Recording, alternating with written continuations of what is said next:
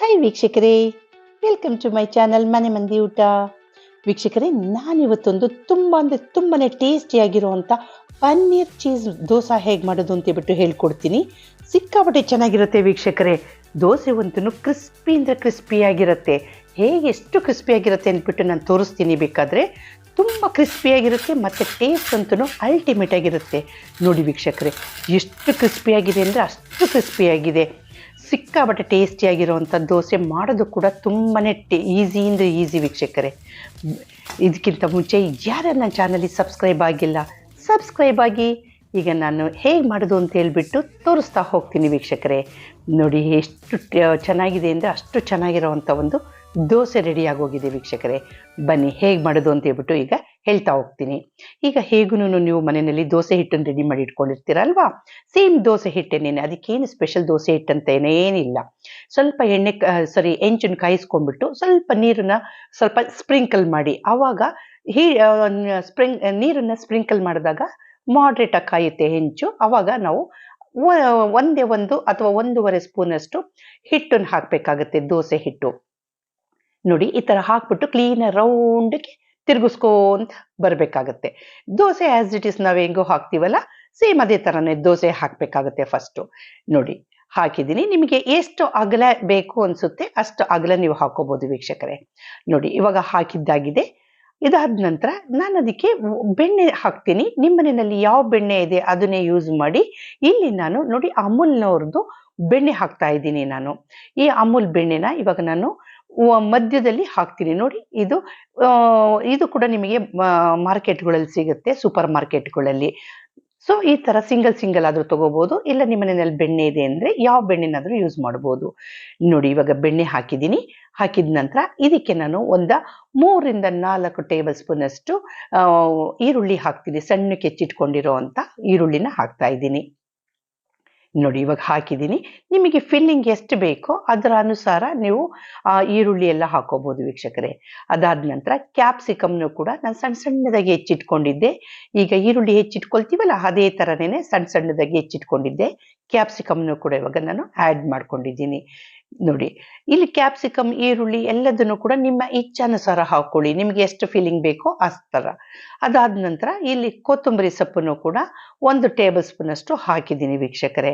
ಇಷ್ಟು ಹಾಕಿದ ನಂತರ ಇಲ್ಲಿ ಮ್ಯಾಗಿ ಮಸಾಲ ಅಂತ ಹೇಳ್ಬಿಟ್ಟು ಸಿಗುತ್ತೆ, ಸಾಮಾನ್ಯ ಸೂಪರ್ ಮಾರ್ಕೆಟ್ಗಳಲ್ಲೆಲ್ಲ ಸಿಗುತ್ತೆ. ತೋರಿಸ್ತೀನಿ ನಾನು ಇವಾಗ. ನೋಡಿ ಈ ಮ್ಯಾಗಿ ಜೊತೆನಲ್ಲೂ ಕೂಡ ಒಳಗಡೆ ಇಟ್ಟಿರ್ತಾರೆ, ಮ್ಯಾಗಿ ಪ್ಯಾಕೆಟ್ ಒಳಗಡೆ. ಇಲ್ಲ ನೀವು ಅದನ್ನೇ ಸಪ್ರೇಟಾಗಿನೂ ಕೂಡ ಆಚೆ ಕಡೆ ಸಿಗುತ್ತೆ. ಇಲ್ಲ ನಿಮಗೆ ಸಿಕ್ಕಿಲ್ಲ ಅನ್ನೋದಾಯ್ತು ಅಂದರೆ ಬೇಕಾದರೆ ನೀವು ಬರೀ ಗರಂ ಮಸಾಲ ಕೂಡ ಆ್ಯಡ್ ಮಾಡ್ಕೋಬೋದು. ಅದನ್ನು 1 ಪ್ಯಾಕೆಟ್ ಹಾಕಿದ್ದೀನಿ. ಅದಾದ ನಂತರ ಸ್ವಲ್ಪ ಹಸಿಮೆಣಸಿನ್ಕಾಯಿ ರೌಂಡ್ ಹಾಕಿದ್ದೀನಿ. ಅದಾದ ನಂತರ ಸಾಸು ಕೂಡ ಹಾಕಿದ್ದೀನಿ, ಟೊಮೆಟೊ ಸಾಸು ಕೂಡ ಆ್ಯಡ್ ಮಾಡಿದ್ದೀನಿ ಅದಕ್ಕೆ. ನೋಡಿ ಇಷ್ಟನ್ನು ಇವಾಗ ಹಾಕಿದ ನಂತರ ಒಂದ್ಸರಿ ಕ್ಲೀನಾಗಿ ಮಿಕ್ಸ್ ಮಾಡ್ತಾ ಇದ್ದೀನಿ. ಅಲ್ಲಿ ಬೆಣ್ಣೆ ಹಾಕಿದ್ನಲ್ಲ, ಬೆಣ್ಣೆ ಇವಾಗ ಆಲ್ರೆಡಿ ಬಿಸಿಗೆ ಮೆಲ್ಟ್ ಆಗಿರುತ್ತೆ, ಕರಗೋಗಿರುತ್ತೆ. ಅದ್ರ ಜೊತೆಯಲ್ಲಿ ಇದನ್ನೆಲ್ಲ ಹಾಕ್ತೀನಿ. ಅದಾದ ನಂತರ 1/4 ಟೇಬಲ್ ಸ್ಪೂನಷ್ಟು ಖಾರದ ಪುಡಿ ಕೂಡ ಹಾಕಿದ್ದೀನಿ.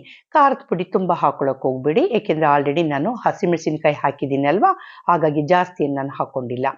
ಅದಾದ ನಂತರ ಎಲ್ಲ ಒಂದ್ಸರಿ ಕ್ಲೀನಾಗಿ ಮಿಕ್ಸ್ ಮಾಡಬೇಕಾಗತ್ತೆ. ಮಾಡಿದ ನಂತರ ನೋಡಿ ಅಮೂಲ್ನವ್ರದ್ದು ಚೀಸ್ ಕೂಡ ನಿಮಗೆ ಯಾವ ಬ್ರ್ಯಾಂಡ್ ಬೇಕಾದರೆ ನೀವು ತಗೋಬೋದು. ಮಾರ್ಕೆಟ್ಗಳಲ್ಲಿ ಬೇರೆ ಕಂಪನಿಗಳದ್ದು ಸಿಗುತ್ತೆ. ನಾನಿಲ್ಲಿ ಅಮೂಲ್ದು ತಗೊಂಡಿದ್ದೀನಿ. ಇದು ಕೂಡ ಸಿಂಗಲ್ ಪೀಸ್ಗಳಲ್ಲೂ ಕೂಡ ಸಿಗುತ್ತೆ. ಸೊ ನಾನು ಸಿಂಗಲ್ ಪೀಸನ್ನು ಯೂಸ್ ಮಾಡ್ತಾ ಇದ್ದೀನಿ. ಸೊ ಇದನ್ನ ಕೋಕೋನಟ್ ಗ್ರೇಟರ್ ಇರುತ್ತಲ್ಲ, ಅಂದರೆ ಕೊಬ್ಬರಿ ತುರಿಯೋದು, ಅದರೊಳಗಡೆ ನಾನು ಈ ಥರ ತುರಿದ್ಬಿಟ್ಟು ಹಾಕ್ತಾ ಇದ್ದೀನಿ ಚೀಸ್ನ. ನೋಡಿ ಆಲ್ಮೋಸ್ಟ್ ಇವಾಗ ಚೀಸ್ ತುರಿದಿದ್ದಾಗಿದೆ.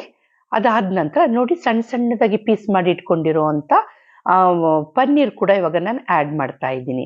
ತುಂಬ ದಪ್ಪ ಕಟ್ ಮಾಡ್ಕೊಳ್ಳೋಕೆ ಹೋಗಬೇಡಿ, ಆದಷ್ಟು ಸಣ್ಣದಾಗಿಯೇ ಕಟ್ ಮಾಡ್ಕೊಳ್ಳಿ. ಸೊ ಪನ್ನೀರನ್ನು ಕೂಡ ಇವಾಗ ನಾನು ಹಾಕಿದ್ದೀನಿ. ಹಾಕಿದ ನಂತರ ಸುತ್ತ ಒಂದು ಸ್ವಲ್ಪ ಎಣ್ಣೆ ಆ್ಯಡ್ ಮಾಡ್ತೀನಿ. ಸುತ್ತ ಹಾಕಬೇಕಾಗತ್ತೆ, ಏಕೆಂದರೆ ಅದು ದೋಸೆ ಸ್ವಲ್ಪ ಬಿಡಿಸ್ಕೋಬೇಕಾಗತ್ತಲ್ವ, ಹಾಗಾಗಿ ಸ್ವಲ್ಪ ಹೆಂಚಿಂದು ಸುತ್ತ ಒಂದು ಸ್ವಲ್ಪ ಹಾಕಿದ್ದೀನಿ ವೀಕ್ಷಕರೇ. ಅದಾದ ನಂತರ ನೋಡಿ ಇವಾಗ ಏನು ನಾನು ಮಧ್ಯದಲ್ಲಿ ಸ್ಟಫಿಂಗ್ಸ್ ಹಾಕಿದ್ದೆ ಅದನ್ನೆಲ್ಲ ಇವಾಗ ನಾನು ಕ್ಲೀನಾಗಿ ಎಲ್ಲ ಕಡೆಗೂ ಕೂಡ ಸ್ಪ್ರೆಡ್ ಮಾಡ್ತಾ ಇದ್ದೀನಿ. ಇದು ಈ ಥರ ಮಾಡೋದ್ರಿಂದ ಏನಾಗುತ್ತೆ, ಆಲ್ಮೋಸ್ಟ್ ಆ ಒಂದು ಬೆಣ್ಣೆನಲ್ಲಿನೇ ಈರುಳ್ಳಿ ಕ್ಯಾಪ್ಸಿಕಮ್ ಎಲ್ಲ ಬೆಂದು ಬಿಟ್ಟಿರುತ್ತೆ ವೀಕ್ಷಕರೇ. ನೋಡಿ ಇವಾಗ ಎಲ್ಲ ಕಡೆನೂ ಒಂದ್ಸರಿ ಸ್ಪ್ರೆಡ್ ಮಾಡಿದ್ದೀನಿ. ಸ್ಪ್ರೆಡ್ ಮಾಡಿ ಮತ್ತೆ ಒಂದು 25 to 30 ಸೆಕೆಂಡ್ಸ್ಗಳ ಕಾಲ ಹಾಗೇನೆ ಇಟ್ಬಿಟ್ಟು ಇವಾಗ ನಾನು ಏನು ಮಾಡ್ತೀನಿ, ಆ ಒಂದು ಸ್ಟಫಿಂಗ್ ಏನು ನಾನು ಮಾಡಿದ್ದೀನಲ್ವಾ ಆ ಸ್ಟಫಿಂಗನ್ನೆಲ್ಲ ಇವಾಗ ನಾನು ಕ್ಲೀನಾಗಿ ಒಂದು ಪ್ಲೇಟಿಗೆ ನಾನು ಎತ್ಕೊಂಡ್ಬಿಡ್ತೀನಿ ವೀಕ್ಷಕರೇ.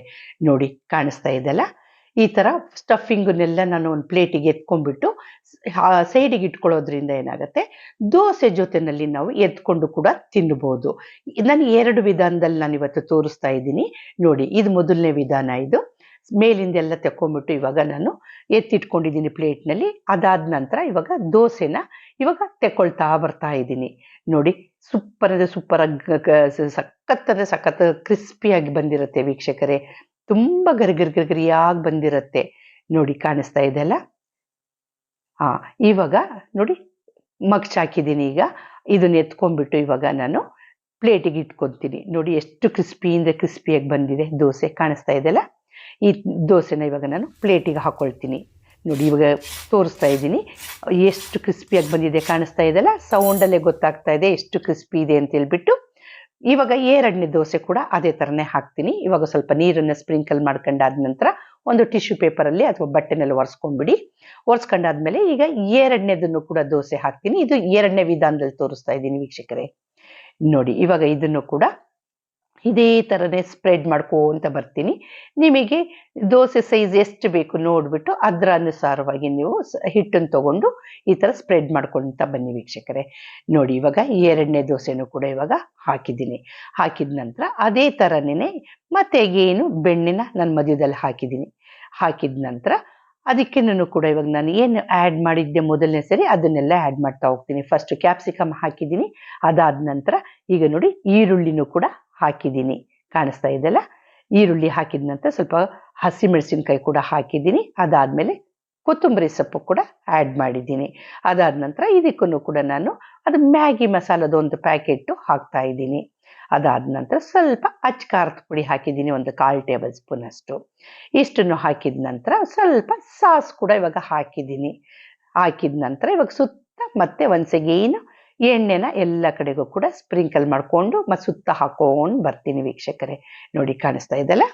ಇದಾದ ನಂತರ ಇವಾಗ ನಾನು ಚೀಸನ್ನು ಕೂಡ ಇದ್ರ ಮೇಲ್ಗಡೆ ತುರಿದು ಹಾಕ್ತಾ ಇದ್ದೀನಿ, ಕಾಣಿಸ್ತಾ ಇದೆಲ್ಲ. ಸೇಮ್ ಮಸಾಲ ಸೇಮ್ ಐಟಮೇ ಇರುತ್ತೆ ವೀಕ್ಷಕರೇ. ನಾನು ಮೊದಲನೇ ಸರಿ ನಾನು ಇದನ್ನೆಲ್ಲ ಎತ್ಕೊಂಡಿದ್ದೀನಿ, ಆ ಸ್ಟಫಿಂಗನ್ನು. ಇದು 2ನೇ ಸರಿ ಎತ್ಕೋತಾ ಇಲ್ಲ, ದೋಸೆನಲ್ಲೇ ಬಿಡ್ತಾ ಇದ್ದೀನಿ. ಈಗ ನೋಡಿ ಪನ್ನೀರನ್ನು ಕೂಡ ಇವಾಗ ನಾನು ಆ್ಯಡ್ ಮಾಡಿದ್ದೀನಿ, ಸಣ್ಣ ಕಟ್ ಮಾಡ್ಕೊಂಡಿರೋದು.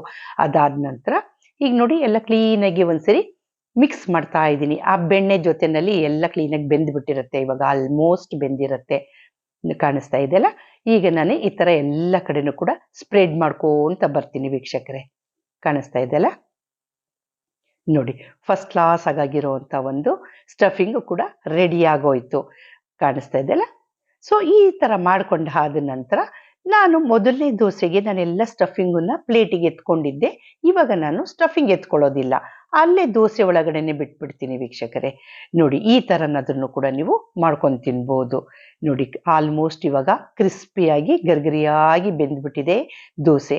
ಇವಾಗ ನಾನು ಅದನ್ನು ಕೂಡ ಈಗ ಫೋಲ್ಡ್ ಮಾಡಿದ್ದೀನಿ. ಇದು ಅಷ್ಟೇನೆ ಫುಲ್ಲು ಕ್ರಿಸ್ಪಿಯಾಗಿರುತ್ತೆ ವೀಕ್ಷಕರೇ, ಗರಿಯಾಗಿರುತ್ತೆ ದೋಸೆ. ನೋಡಿ 2ನೇ ದೋಸೆನೂ ಕೂಡ ಇವಾಗ ರೆಡಿ ಆಗೋಯ್ತು, ಕಾಣಿಸ್ತಾ ಇದ್ದಲ್ಲ. ನೋಡಿ ಇದು ಮೊದಲನೇ ದೋಸೆ. ಆ ಫಿಲ್ಲಿಂಗ್ ಎಲ್ಲ ತೆಗೆದುಬಿಟ್ಟು ನಾನು ಪ್ಲೇಟಲ್ಲಿ ಹಾಕಿದ್ದೀನಿ. ಒಳಗಡೆ ಮಾತ್ರ ಏನೂ ಇಲ್ಲ, ಬರೀ ಪ್ಲೇನ್ ಇರೋವಂಥ ದೋಸೆ. ಈಗ 2ನೇ ಸರಿ ಮಾಡಿದ್ದ ದೋಸೆನಲ್ಲಿ ಒಳಗಡೆ ಎಲ್ಲ ಫಿಲ್ಲಿಂಗ್ ಇದೆ. ನೋಡಿ ಇವಾಗ ನಾನು ಅದನ್ನು ಒಂದ್ಸರಿ ಫೋರ್ಕಲ್ಲಿ ಇದನ್ನ ಮಾಡ್ತಾ ಇದ್ದೀನಿ. ಎಷ್ಟು ಚೆನ್ನಾಗಿ ಸೌಂಡ್ ಬರ್ತಾ ಇದೆ ಅಲ್ವಾ, ಈ ಥರ ಗರಿಯಾಗಿ ಬಂದಿರುತ್ತೆ. ನೋಡಿ ಇದರಲ್ಲಿ ಇದ್ದಿದ್ದು ಫಿಲ್ಲಿಂಗನ್ನೆಲ್ಲ ನಾನು ಸೈಡಿಗೆ ತಕ್ಕೊಂಡಿದ್ದೀನಿ. ಈ ಥರನಾದ್ರೂ ನೀವು ಮಾಡ್ಕೊಂಡು ತಿನ್ಬೋದು, ಇಲ್ಲ ಫಿಲ್ಲಿಂಗಿನ ಒಳಗಡೆನೇ ಇಟ್ಕೊಂಡ್ಬಿಟ್ಟಾದ್ರೂ ಕೂಡ ತಿನ್ಬೋದು ವೀಕ್ಷಕರೇ. ನಿಮಗೆ ಯಾವ ಥರ ಇಷ್ಟ ಆಗುತ್ತೆ ಆ ಥರ ತಿನ್ಬೋದು ವೀಕ್ಷಕರೇ. ನೋಡಿ ಸೂಪರ್ ಅಂದರೆ ಸೂಪರಾಗಿರೋವಂಥ ಕ್ರಿಸ್ಪಿ ಆಗಿರೋವಂಥ ಪನ್ನೀರ್ ಚೀಸ್ ದೋಸೆ ರೆಡಿಯಾಗೋಯಿತು. ಇದು ನೋಡಿ ಎರಡನೇ ದೋಸೆ ವೀಕ್ಷಕರೇ. ನಾನು ತೋರಿಸಿದ್ನೆಲ್ಲ ಫಿಲ್ಲಿಂಗ್ ಎಲ್ಲ ಒಳಗಡೆನೆ ಇರೋ ಥರ ಮಾಡಿದ್ದೀನಿ. ಇದನ್ನು ಅಷ್ಟೇ ನೋಡಿ ಎಷ್ಟು ಕ್ರಿಸ್ಪಿ ಅಂದರೆ ಕ್ರಿಸ್ಪಿಯಾಗಿದೆ ಅಲ್ವಾ, ಕಾಣಿಸ್ತಾ ಇದೆಯಲ್ಲ, ಫುಲ್ ಕ್ರಿಸ್ಪಿಯಾಗಿರುತ್ತೆ ಈ ದೋಸೆನೂ ಕೂಡ. ಆ ಫಿಲ್ಲಿಂಗ್ ಒಳಗಡೆ ಇದೆ ಅಂತ ಹೇಳ್ಬಿಟ್ಟು ಏನು ಮೆತ್ತಗಾಗೋದಿಲ್ಲ, ಏನಿಲ್ಲ. ನೋಡಿ ಒಳಗಡೆ ತೋರಿಸ್ತಾ ಇದ್ದೀನಲ್ಲ ಫಿಲ್ಲಿಂಗ್ ಎಲ್ಲ ಯಾವ ಥರ ಇದೆ ಅಂತೇಳಿ. ಸೂಪರಾಗಿದೆ ವೀಕ್ಷಕರೇ. ನೋಡಿ ಸಖತ್ತಾಗಿರುವಂಥ ಒಂದು ದೋಸೆ ರೆಡಿ ಆಯಿತು. ನೀವು ಒಂದ್ಸರಿ ಟ್ರೈ ಮಾಡಿ.